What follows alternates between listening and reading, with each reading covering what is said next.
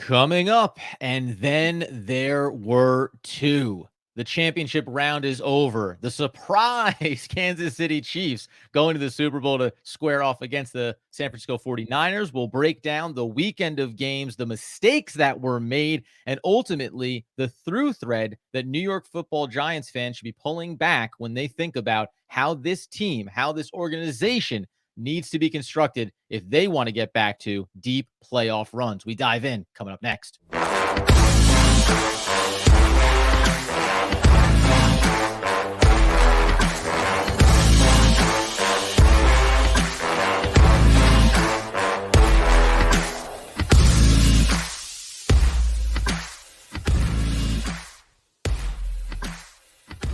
Yes, my friends, it is OGP, the One Giant Podcast, where we are your host over here, Adam Armbrecht, over there, Andrew Makowitz. We thank you as always for joining us this time on the final playoff recap that we could possibly do, including both hosts having an excellent little run here in our Pick'em segment, which we'll discuss somewhere along the way. Before we dive in on the weekend that was, we let you know today's episode is brought to you by Potential. It's actually a fun little platform, Andy, that allows you to have an online assessment tool, basically a survey that sets benchmarks and tracks your well-being and also gives you coaching tips to improve along the way. It tracks your progress as well. It's totally free for individual users, and you can check out Potential, Pietential.com for more information. But Andy, what we don't need more information about is who's going to go to the Super Bowl. That's going to be the Kansas City Chiefs and the San Francisco 49ers. Do you think Lamar Jackson and the Ravens could use Potential by any chance, Adam? It feels like we should get a well-being check on the Baltimore Ravens because it feels like before the game, the Lions too. I think the Lions too could use a little look-see here, right? Well, for me, the Lions were like the up-and-coming story. Obviously, we're going to get to them, but the Ravens, the number one seed at home, best defense, all phases, star players all over the place. The offense humming along, MVP quarterback, weapons all over the place, can run the ball with the best of any of them. And then a funny thing happened, Adam. They ran into the Kansas City Chiefs. And to me, it was a fascinating dichotomy of the greatest quarterback currently playing, some would argue ever, against the team that seemed to be playing the best football this year overall. And I think we got the answer on which one ends up winning out in the end. Well, yeah, I mean, ultimately, too, in games like this, we'll talk about both of them, but the early one, the AFC matchup, which some people thought, oh, this is going to be the better game. This should be the prime time one, right? You should flip flop these things. They always rotate them year over year. Frankly, these were two of the more, lackluster games by and large, unless you were a 49ers fan. We'll talk about that. That's a great comeback run. But from a Kansas City Chiefs, Baltimore Ravens standpoint, yes, obviously, right? Mahomes has been the story. His legacy, his Hall of Fame ballot just keeps getting stronger and stronger. But when you go back and look at this game, which was 17-10, the Baltimore Ravens have an opportunity, in spite basically of being lackluster throughout much of this game. They still had a chance to come back. They still had a chance to win this game, even though an interception for Lamar Jackson, obviously, a fumble in there as well. He threw for more yards than Patrick Mahomes did. There were times when it felt like Baltimore was moving the ball more effectively offensively. But in the end, in my opinion, this came down to coaching is what mattered in this game. Because I didn't see, we talked about this when it came to the Dallas game early on in the playoffs. A team with Dak Prescott who hadn't had turnovers played a clean game. Well, what happens when you have turnovers, right? Can you overcome that? For Baltimore, it's how do you adjust your game script when you don't get out to the early leads, right? They're a team over the course of this season that scored on their opening drives over 50% of the time. They had a split even with the Kansas City Chiefs, 24% touchdowns, but then also had the field goals to go along with it. And it just felt like they got away from their identity, running the ball, controlling the game tempo, allowing that defense to do work. And I was a little bit shocked with Harbaugh at the helm. He is a very experienced coach, and their adjustments seem to take about a quarter and a half to 2 quarters too long to really make you feel like they could make a game out of this, in spite of the fact that it was a 1-touchdown game almost the entire time. You're absolutely right. We'll get to the quarterback situation in a second because I do think that's important in this game to highlight. Yeah. But the coaching, to me, you're absolutely right, because when you think about it, on both sides of the ball, the Chiefs were missing key players. Right before the game, linebacker Willie Gay was announced out for the Chiefs, he was supposed to be the one that was shadowing Lamar Jackson the whole game, kind of just sitting there as the QB spy, waiting to see what he does. He's out. They have to put Leo Chanel, who doesn't run a 4.5 40 like Willie Gay. They have to change their plan dramatically. If you don't have someone that can keep up with the speed of Lamar Jackson, you have to figure out what to do. And the only answer that Steve Spagnuolo thought could win them the game was blitz. Blitz more than 50% of the time. Make him uncomfortable, speed everything up for Lamar Jackson. And Yep. guess what, Adam? It paid off. It paid off in spades. Lamar Jackson looked uncomfortable. He didn't look like, even some of the breakaway runs, it felt like he was getting tackled 3 or 4 yards after the line of scrimmage as opposed to 30 or 40 yards downfield. So you got to give Steve Spagnuolo credit first and foremost. 10 points against that explosive offense with the MVP of the league. You know, for the most part, healthy. Mark Andrews is back. Isaiah Likely, Zay Flowers, Odell Beckham. Like, they have the weapons, and the Kansas City defense, to me, was far and away the best unit on the field. You know, and obviously the best player being Mahomes. But really, Steve Spagnuolo put all of those players in a position for success, and it looked exactly like that on the field. When you think about how, first of all, not only because it ties to the Giants, because once upon a time he was the defensive coordinator for the Giants and interim head coach briefly.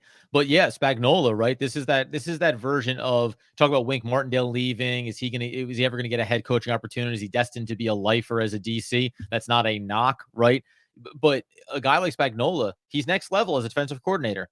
Not He didn't have a great stint in St. Louis when they were still there with the Rams, right? So some guys are just geared to be able to figure out and digest and adjust and utilize different weapons and approach game schemes differently and impact players like Lamar Jackson in ways that make it really hard for him. So yeah, Spagnola did a phenomenal job. And you know, the impact, I'm not even taking anything away from that defensive side, but when you look, I'm going to keep going back the other way with this before we get to the quarterbacks here. Just that Lamar Jackson only ran the ball 8 times. They only rushed the ball 16 times total in this game. That seems criminal. Like, you go back to a week prior, by the way, and this will get us into the QB conversation. Remember, Josh Allen, running quarterback, right? So lean into the identity, lean into what you do well.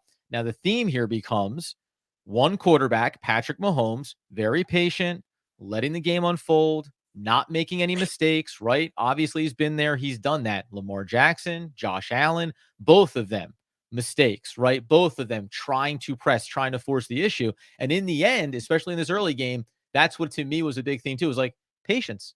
You have to be willing to be patient. You have to be willing to say, yep, we're going to have to punt the ball here. We're going to have to sacrifice some field here. But as long as we're within a one possession game, that means we can still go win this thing.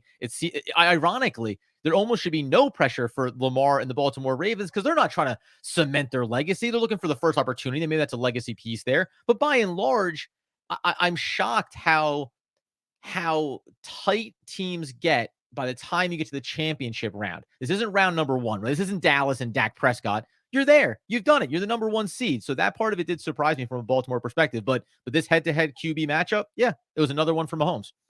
It was. And when you look at the stats, Lamar Jackson had a QBR of 42.9, Adam. 42.9.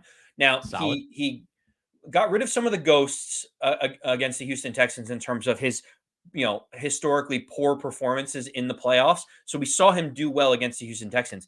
But this felt like it was more of a reversion back to all of the other games where he had a sub 100 passer rating. And Adam, the 42.9 QBR, just to put in context for everyone, would have made him 24th in the league over the regular season. Like, that's how poor he played. He played as a bottom 5, bottom 8 quarterback in the league against the Chiefs. And we're going to give credit to Steve Spagnuolo for putting that scheme together to make him uncomfortable. But man, when you look at the difference between Patrick Mahomes and Lamar Jackson was the MVP and deservedly so. Patrick Mahomes had more than double the QBR in this game. And Lamar Jackson was the one that made the critical mistake when you could not have a turnover with 6.5 minutes left in the game, throwing that back-breaking interception down 2 scores. If he just throws it away and they kick a field goal, it's a one-possession game and you're still alive. To your point, that's all about the patience. Like, it felt like he was getting antsy, where it's like, I need to score or else we're in trouble, instead of just taking what he can get. Whereas Mahomes felt like he was taking the play that was designed for him every single time. 4 yards here to Rashee Rice, 8 yards here to Of Travis course. Kelce. It was a tale of two different quarterbacks playing with two different senses of urgency. Well, I'll tell you right now, I'm going to rattle off a couple of key moments out of this thing before we move on to the later game because we'll still talk about, especially Kansas City, especially San Francisco as we move towards the Super Bowl in a couple of weeks. But I mentioned there the number of carries for Baltimore. Flip it over. Pacheco ran the ball 24 times for only 68 yards, 2.8 yards per carry, right? But they stuck with it. Like they kept grinding out those yards. You mentioned Travis Kelce, obviously 11 receptions, 116 yards. I mean, that's the tandem, Mahomes to Kelce, right? So you rely heavily on that. The tragedy for the Baltimore Ravens is Zay Flowers, young talent, electric, 5 catches, 115. And of course, right, diving for the end zone, fumbles it, touchback, like pivotal moment there. And I'm not even, some people say, what are you doing there? He's going for it. You're in the middle of the game. You are inches away from scoring a touchdown. You end up having it go the other way. So that is legitimately 7 points being taken off the board for you. And then just quickly, this is nothing other than just a footnote. There's clearly pass interference on that pass from Lamar Jackson that gets picked off. It doesn't matter because he threw into triple coverage. And these are the kind of things where in these big moments, when you have to step up and make those big plays, guess what? Like you don't get the benefit of the doubt if the first 3 steps of it are ugly and bad and wrong, then guess what? Sometimes at the 4th step is like, hey, what about? Doesn't matter, guy. Like you were lobbing a grenade out there. And to your point, critical moment, you are in field goal range and you say, you know what? I need to do whatever this thing is, and you end up costing your team in a big way. Go ahead, last Yeah, note. the last note I was going to say about the Zay Flowers thing, because that is important. The two critical plays are Zay Flowers fumbling it, on the goal line. Obviously, that was backbreaking, and the interception by Lamar Jackson. I And don't the actually taunt. fault, to your point, I don't fault Zay Flowers for trying to make a play. He was a quarter of an inch away from scoring the touchdown. Yeah. What I have an issue with on Zay Flowers is making a big play a couple plays before that, pushing the defender down, throwing the ball at him, standing over him, and then flexing your muscles when you're inside the 15-yard line to get pushed back 15, 20 yards. It wouldn't have To even set been an yourself up for the issue. big opportunity for the big play that you It end wouldn't up have been an fumbling. Yeah. issue because you would Yeah. have already been in the end zone had you run the same play over again. So to me, that mental mistake was more important than the physical trying to make a play. And ultimately, the Chiefs end up coming out, going on the road and winning 17-10 against the number 1 seed of Baltimore Ravens. Patrick Mahomes back in the Super Bowl yet again. 8 penalties, 95 yards against the Ravens in that game. Time of possession, 37, basically 38-22 in favor of Kansas City as well. Okay. The other game that then occurred here was obviously in the NFC, that championship round, and a team that over the last handful of years is similar to Kansas City in the sense that they are always one of the favorites. They're always expected to go on a deep run, and they always find themselves typically in NFC championship games, right? Trying to get there across the line. San Francisco, Detroit. Now, Detroit went on a great run. They also gave themselves 2 home games by the way things worked out. That was excellent. I think awesome for Detroit fans to be able to have those moments. This, unlike Baltimore, who seem to just never get themselves revved up to full speed against Kansas City, electric, man. Electric. Opening drive. End around. Touchdown. 7-0. 14-0. Like this game was so heavily in hand for Detroit that it was funny that they referenced for San Francisco how they had been down the week prior and they hadn't been there before. It was as if they were like, well, now that we have been there before, it doesn't really matter. And I was fascinated to watch their ability to come back in a game like this because you don't have a Patrick Mahomes. You have a Brock Purdy. And ultimately, this team, as we know, with a guy like Christian McCaffrey, with Kittles, with all those playmakers, they were able to get it done and flip that script to the defensive side once again. Defensive theme, shut them down. You need to shut down Detroit for possession after possession after possession if we're going to have a chance. And they did that too. It's interesting. I'm trying to figure out which place I want to start. I think I want to start with Detroit first. And Yeah. you watch the first 2 quarters of that game, and you're like, Ben Johnson is amazing at creating opportunities for his players to go out and do the things they need to do. You're pounding the football with David Montgomery. You're getting Jameer Gibbs in space. You're mixing up the pass and the run perfectly to bring in Fred Warner and the linebacker so that Jared Goff has an opportunity to throw. Sam Laporta catching passes. It felt like they Yeah. had everything rolling in the first half. And if they would have done something even close to similar to that in the second half, it felt like they would have won the game.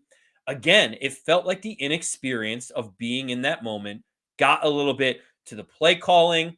We talk about Dan Campbell being ultra aggressive. And we talk about the team just tightening up in the biggest moments. And it felt like as you got later in the game, the Lions got a little bit more nervous. Like, we cannot lose this game because we're winning by so much. And having that mentality ultimately cost them at the end. 2 years ago, we talked about Brian Dable, aggressive mentality, Tennessee Titans opening game, go for it, touchdown, big win. Hey, like setting the tone, right? And then you fast forward and the team isn't winning games and he's struggling. We're questioning about his in game tactics and management and all that stuff, right? For Dan Campbell and the Lions, it feels similar in that way because it's, hey, this aggressive mentality is what's got us here. So go with what you know, stick to that identity. The team is rallied around it. Now, the key sequences, as we know, right? You got field goal, you got field goal and field goal possible opportunities that they choose not to go with.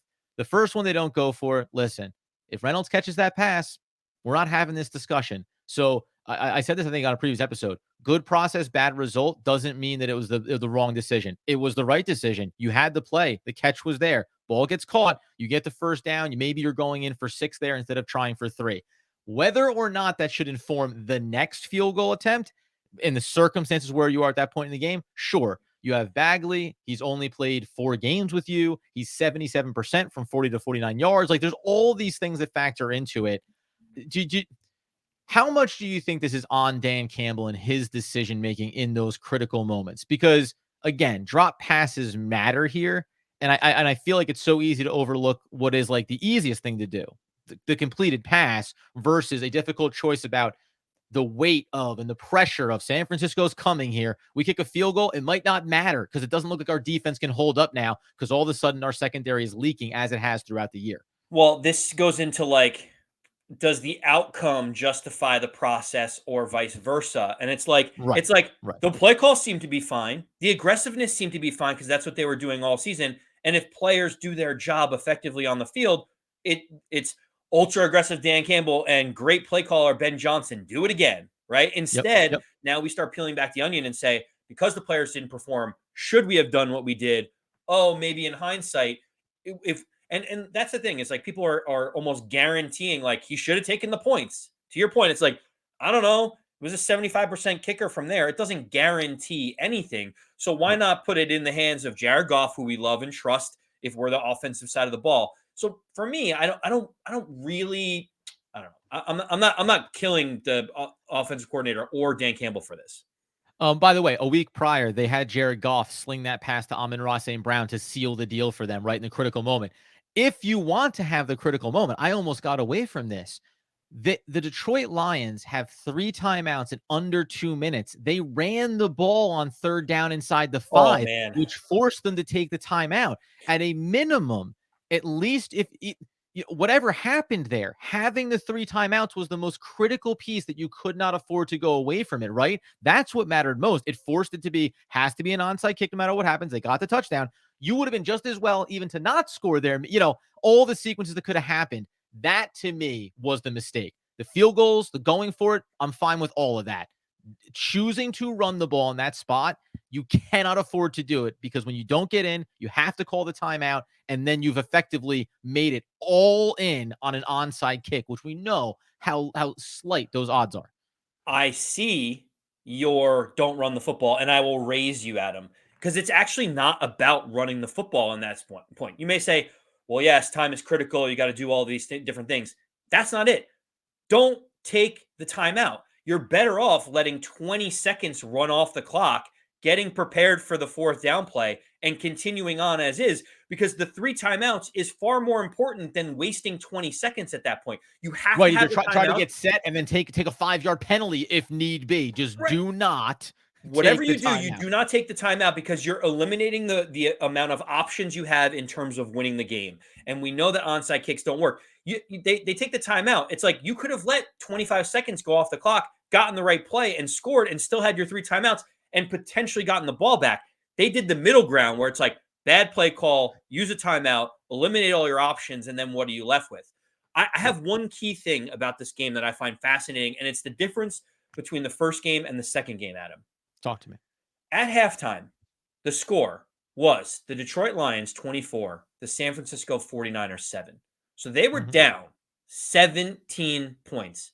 And guess what? Guess what? A funny thing happened. The San Francisco 49ers did not get away from the run game. They ended up having more rushing attempts than the Detroit Lions did. And when you think about that, you're like, oh, we're behind. We got to throw the ball. No, they stayed true to who they were. They said Christian McCaffrey has to get the ball. They had 33 rushes. And I find that fascinating because if you flip over to the other game where Kansas City and Baltimore's down 7, they ended up having half the amount of rushing attempts that Kansas City did. They only had 16 rushing attempts. So when you think about like the way that both of those teams losing, going into halftime, coming out of the half, the San Francisco 49ers said, we are still going to stay true to ourselves and run the football. The Baltimore Ravens decided to completely get away from it. And I think that's the difference between wins and losses in this league. It's funny too because I was trying to look back here and see. You've got one only just to be clear, two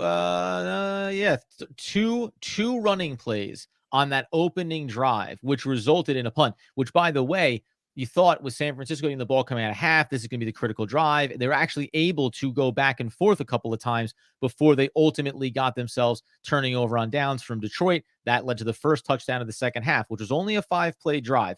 But to your point, as you moved through this one, by the way, think about this, man. Touchdown drives in the second half for San Francisco, 5-play touchdown drive after the downs, a fumble by Detroit, 4-play, 74 yards touchdown for the San Francisco 49ers, 11-play, 65-yard. That was the critical one that gave them the lead in this game. And that's where you saw 1, 2, 3, 4, 4 rushing plays, to Christian McCaffrey to go in with the mixed in plays with Purdy using his legs as well, right? Staying with your identity, right? Trusting who you are. Ultimately, in this second game, from a Detroit perspective, they did stick with their identity. Like when you go back and look at the box score of this game, you would say, if I tell you that Jared Goff was 25 of 41, okay, the percentages aren't great there, but 273 yards, touchdown, no interceptions, and just 2 sacks. And we ran the ball 29 times for 182 yards. You'd say, yeah, this is our recipe for success, right? And that's what I mean by dropped pass, oh, by the way, dude, like I know. Do we not remember what should have been an interception that hit the secondary player in the face and then ended up being caught for a touchdown? These little moments, right? Those aren't even on Detroit. It's just like, well, if you're going to go up against San Francisco, if you're going to go up against Kansas City, you know what you can't do, right? Have a football go off your face mask and get caught going in for a touchdown instead of an interception, or have an outstretched hands going for a touchdown end up being a touchback, right? Those type of critical moments. That's a 7-point swing in both of these games, completely changes the dynamic. And the interesting thing about that, Andy, is when we think about the New York Football Giants and we think about the Super Bowl coming up, these two teams are telling us in San Francisco and Kansas City that it isn't one clear-cut path to going on deep playoff runs and having a chance to win it all. You're absolutely right. I think Thank you. what's Thank fascinating you. is no, you're spot on because I feel like these two teams represent two different ways of going about accomplishing their ultimate goal, which is winning the Super Bowl. And I think Giant fans have said you have to have a Patrick Mahomes in order to do it. We have to go find our Patrick Mahomes. And that is fine. That is one path to do it. And they talked about all the drop passes from the wide receivers. They had to trade Tyreek Hill because they just didn't have the money to be able to keep him, even though he might be the best wide receiver in the league. He's most explosive, but they had to get better on defense. They've constructed a roster around Patrick Mahomes that says we want your defense to be good, so you don't have to throw for 5,000 yards every single season. Just be who you are in the moment. And then you have San Francisco, who has a complement of players on the offensive and defensive side of the ball where the roster is probably the best roster in the league, with the argument of saying maybe Baltimore has a very similar type of roster. But when you have guys like Deebo Samuel, Brandon Ayuk, Kittle, you have Trent Williams, you have Fred Warner, you have Nick Bosa, you have a whole complement of all pro level players all over the place. Of course. You end up having a last pick of the draft QB who you're saying, get the ball to our playmakers, try to limit your mistakes, and the complement of our team can actually be the way that we succeed in the NFL. To me, it shows that there's not a singular path to be able to get there. Obviously, if you have a transcendent quarterback, probably pretty easy. But there is something to be said. Like, if you do have amazing players at every other position, there is a path to still get there. And the ability to have amazing players at all those positions is having a quarterback that's making under $1 million this year, right? Yes. $57 million this season for Patrick Mahomes, under $1 million, excuse me, for Brock Purdy. I get choked up when I think about the high level play Brock Purdy is giving the 49ers right now. That's what the problem is with Daniel Jones and with the Giants and with the contract, right? They are taking a Brock Purdy type of level talent and paying him nearly Patrick Mahomes level money. It's the intersection, it's the nexus of the universe, the corner of first and first, where the Giants made the exact wrong decision about having the ability to construct a roster around an average quarterback. That's why you see the Chiefs. That's why you see the 49ers right back in the Super Bowl again, because they have the track record of finding different ways to be successful. Until that next time, though. You get us on YouTube at One Giant Podcast. You get us over on Twitter, One Giant Podcast, at AndyMac214, at Adam Armbrecht. You subscribe on YouTube. You give us the 5-star review. And by the way, we're going to have a new sponsor coming up next week. We really, really, really appreciate. Go check out our sponsors, because seeing the movement for them through us means that we get to keep growing, keep expanding. If you like us, support us, love us. We really appreciate it. Until next time, as Andrew Mackwitz would want, need, and nay, demand that people know. As always, let's go Big Blue.